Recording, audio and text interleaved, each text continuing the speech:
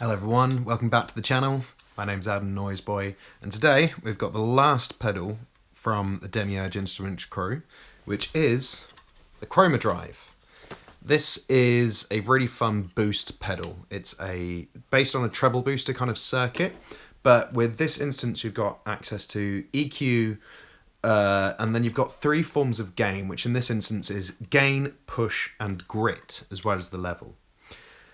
Now, when I use this, the kind of level of grind that it gives you, you can use it kind of in the same manner as you would like the TI booster from Black Country Customs. It's very much designed to have a level of more of tightening, but less within a mid-push fashion that you would have with like a tube screamer.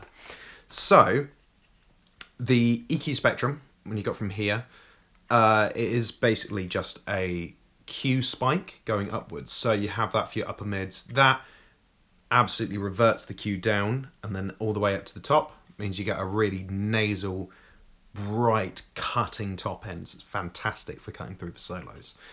Then you've got your three forms of gain that can kind of be put in tandem.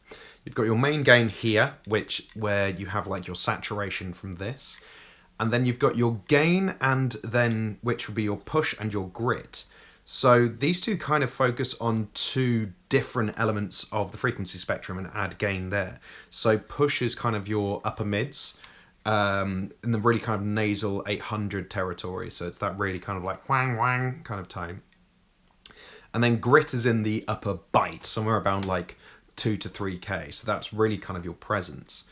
And the more that you put them together, you kind of end up with, in this territory, a really pushed, saturated grind. However, if you dial them to absolute maximum, then you end up in fuzz territory. It's very easy for this to get nasty.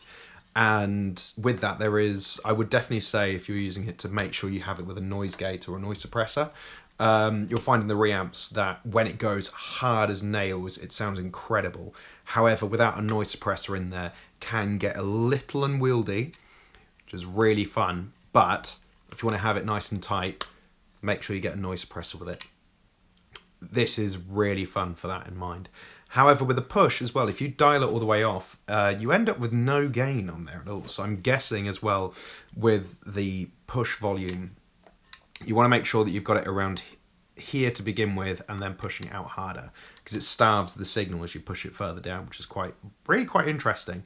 It's a really fun way to play with it.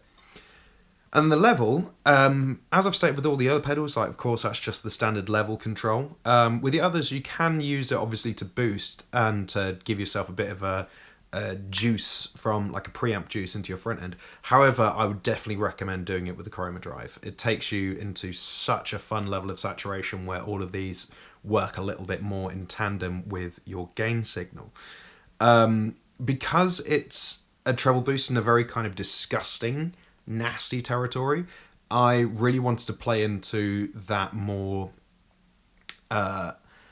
ugly, brutal death metal kind of vibe. So like the Sanguisuga Bog kind of stuff, I've really been inspired by that recently. And that kind of atonal style riffing, the obituary kind of thing.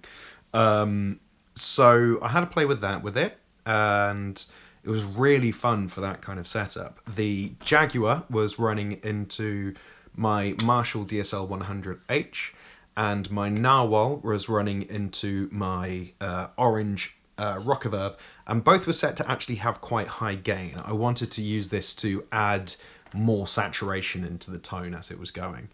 And in the demo I did the same thing. I think putting this in front of a clean signal really doesn't give you all the beans that this wants to give. This works perfectly for tightening up low end and having a real aggressive push to really give you that extra bit of chunk that you want to get in something.